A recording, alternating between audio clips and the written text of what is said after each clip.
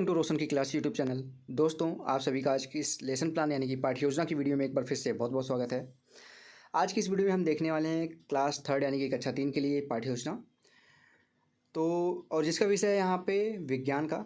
तो पूरी वीडियो देखिएगा। अगर वीडियो देखने के बाद अगर आप लोगों को हेल्प मिले, इस वीडियो के माध्यम से लाभ मिले आप लोगों को, तो प्लीज़ वीडियो को लाइक करिएगा। आप लोगों की एक लाइक मेरा दिन बना देता है कि हाँ, जो मैं कंटेंट बना रहा हूँ आप लोगों के लिए, हेल्प कर रहा हूँ आप लोगों को, तो वो आप लोगों को अच्छा लग रहा है, आप लोगों को पसंद आ रहा है, तो लाइक ज़रूर करिएगा वीडियो को।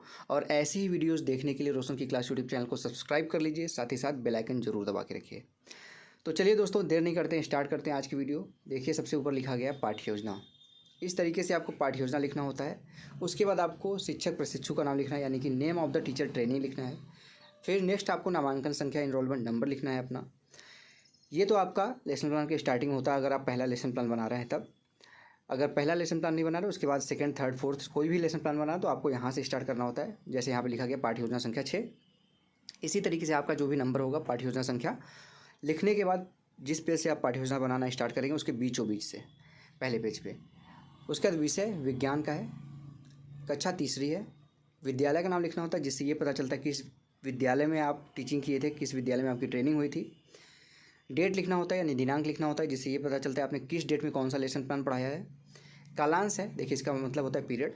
इसी को काफ़ी कॉलेज में चक्र कहते हैं, तो उसमें भी आप लोग काफ़ी लोग कंफ्यूज होते हैं कि सर कालांश क्या होता है, चक्र क्या होता है। तो दोनों चीज़ें सेम होती है। इसमें आपको पीरियड का नाम लिखना होता है जिस पीरियड में आप चैप्टर को पढ़ाने जाएंगे। फर्स्ट में जाएंगे तो फर्स्ट में, सेकंड पीरियड सेकंड, इस तरीके से आपको कंप्लीट यहाँ पे लिखना होता है। नेक्स्ट उसके बाद समयावधि यहाँ पे देखिए 40 मिनट का है।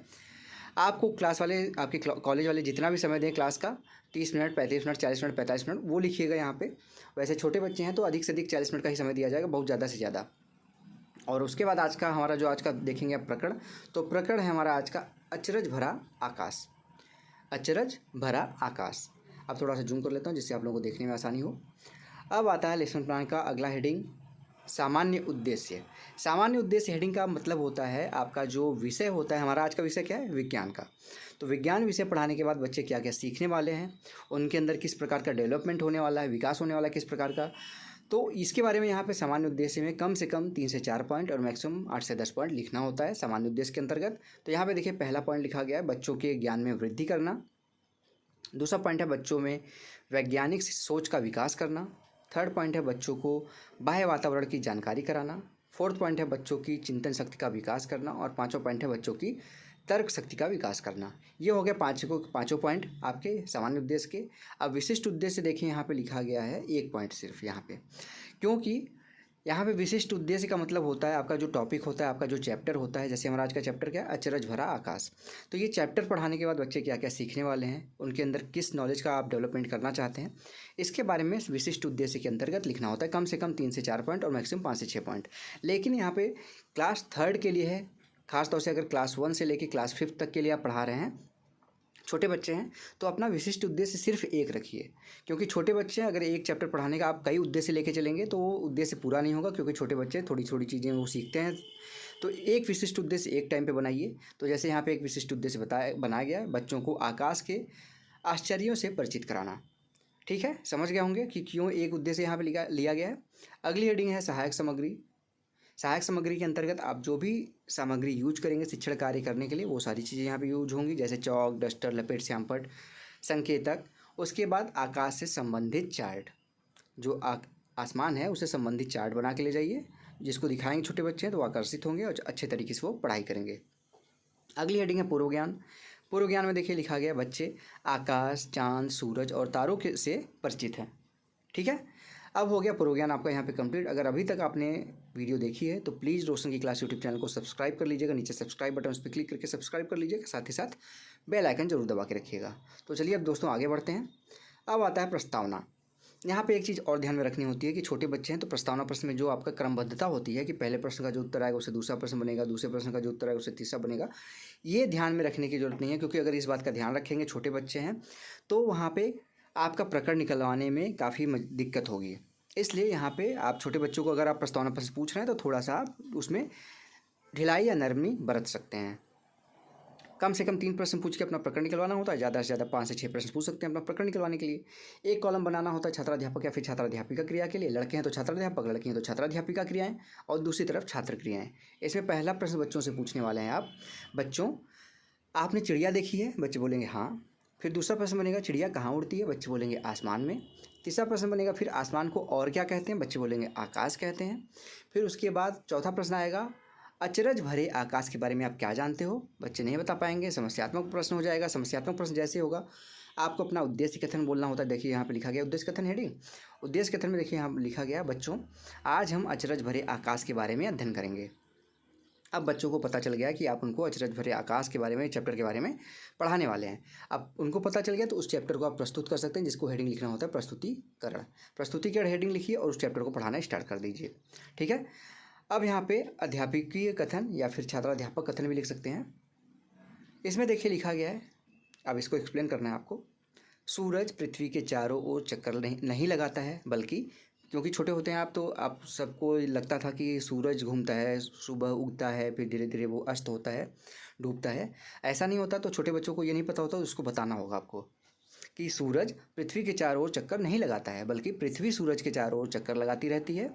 पृथ्वी के अपनी धुरी पर घूमने के कारण ही दिन और रात होते हैं। इस एक चक्कर को पूरा करने में 24 घंटे का समय लगता है। पृथ्वी अपनी धुरी पर घूमती हुई सूर्य के चारों ओर एक साल में एक चक्कर लगाती है। यानी कि वो अपने अक्ष पे तो घूमती ही है और सूर्य के चारों तरफ भी वो घूमते घूमते चक्कर लगाती है। सूर्य का चक्कर लगाने में ही पृथ्वी पर मौसम में परिवर्तन होता है। जो सूर्य की तरफ होता है वहाँ पे गर्मी पड़ती है, जो अर्थ का जो एरिया है जो सूर्य से अपोजिट डायरेक्शन में होता है, जैसे यहाँ पे मैं बता दूँ ये सूर्य होगा, ये पृथ्वी हो गई, तो सूर्य का प्रकाश इधर से आ रहा है, तो पृथ्वी का जो ये वाला एरिया है यहाँ पे गर्मी होगी और जो ये वाला एरिया है यहाँ पे ठंडी होगी, क्योंकि वहाँ पे सूर्य का प्रकाश नहीं पहुँच रहा है, देर से पहुँच रहा है। अब उसके बाद यहाँ पे देखेंगे मौसम में परिवर्तन होता है यहाँ पे। अब यहाँ से देखिए सूर्य का भी एक बड़ा परिवार है जिसे सौर मंडल कहते हैं। इसमें हमारी पृथ्वी भी शामिल है। पृथ्वी की ही तरह अन्य आकाशीय पिंड जो सूरज की परिक्रमा करते हैं ग्रह कहलाते हैं। इनकी संख्या 8 है। इनके नाम क्रमानुसार बुध, शुक्र, पृथ्वी, मंगल, बृहस्पति, शनि, अरुण और वरुण है। ग्रहों की परिक्रमा करने वाले आकाशीय पिंडों को उपग्रह कहते हैं। चंद्रमा पृथ्वी का उपग्रह है। ठीक। अब बोध प्रश्न आता है। बोध प्रश्न पूछेंगे बच्चों से, जो अभी पढ़ाया है उससे रिलेटेड प्रश्न पूछना होता है। तो बोध प्रश्न में देखिए यहाँ पहला प्रश्न है दिन और रात होने के क्या कारण हैं? बच्चे बोलेंगे पृथ्वी की अपनी धुरी पर घूमने के कारण ही दिन रात होते हैं। दूसरा प्रश्न है पृथ्वी को सूरज का चक्कर लगाने में कितना समय लगता है? तो बच्चे बोलेंगे पृथ्वी को सूरज का पूरा चक्कर लगाने में 24 घंटे का समय लगता है। तीसरा प्रश्न सौरमंडल किसे कहते हैं? तो बच्चे बोलेंगे सूरज का भी एक बड़ा परिवार है जिसे सौरमंडल कहते हैं। चौथा है ग्रहों की संख्या कितनी है? तो बच्चे बोलेंगे ग्रहों की संख्या 8 है।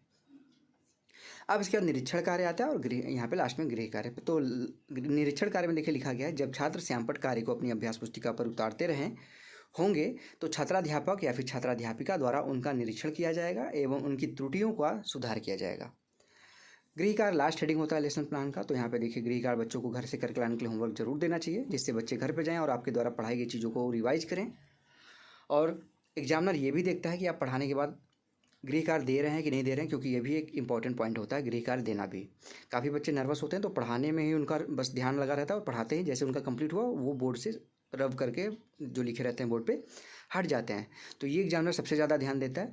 तो वहाँ पर ध्यान देने वाली बात है कि आप जब सारी चीज़ें पढ़ा ली हैं तो लास्ट में गृह कार्य जरूर दीजिए। तो गृह कार्य देखिए यहाँ पर एक प्रश्न दिया गया है छात्राध्यापक, अगर लड़के हैं तो छात्राध्यापक, लड़की हैं तो छात्राध्यापिका छात्रों से लिखाए गए प्रश्नोत्तर याद करके आने को कहेगा। ठीक है। तो ये था दोस्तों आज का लेसन प्लान। अगर आप लोगों को आज का लेसन प्लान पसंद आया हो तो प्लीज़ वीडियो को लाइक करिएगा और ऐसे ही वीडियोस देखने के लिए रोशन की क्लास यूट्यूब चैनल को सब्सक्राइब कर लीजिए, साथ ही साथ बेल आइकन जरूर दबा के रखिए। और अगर इस वीडियो की PDF आप लोगों को चाहिए बिल्कुल फ्री में, तो रोशन की क्लास टेलीग्राम चैनल से जाके आप आराम से वहाँ पे, जैसे ये लेसन प्लान का नाम है अचरज भरा आकाश, तो इसकी वीडियो वहाँ पे मैं अपलोड करता हूँ। उसके नीचे ही आपको इसी नाम से आपको PDF वहाँ पे मिल जाएगी, वहाँ से जाके बिल्कुल फ्री में डाउनलोड कर सकते हैं। तो फ्रेंड्स मिलते हैं नेक्स्ट वीडियो में, तब तक के लिए आप सभी का बहुत बहुत धन्यवाद। जय हिंद, वंदे मातरम।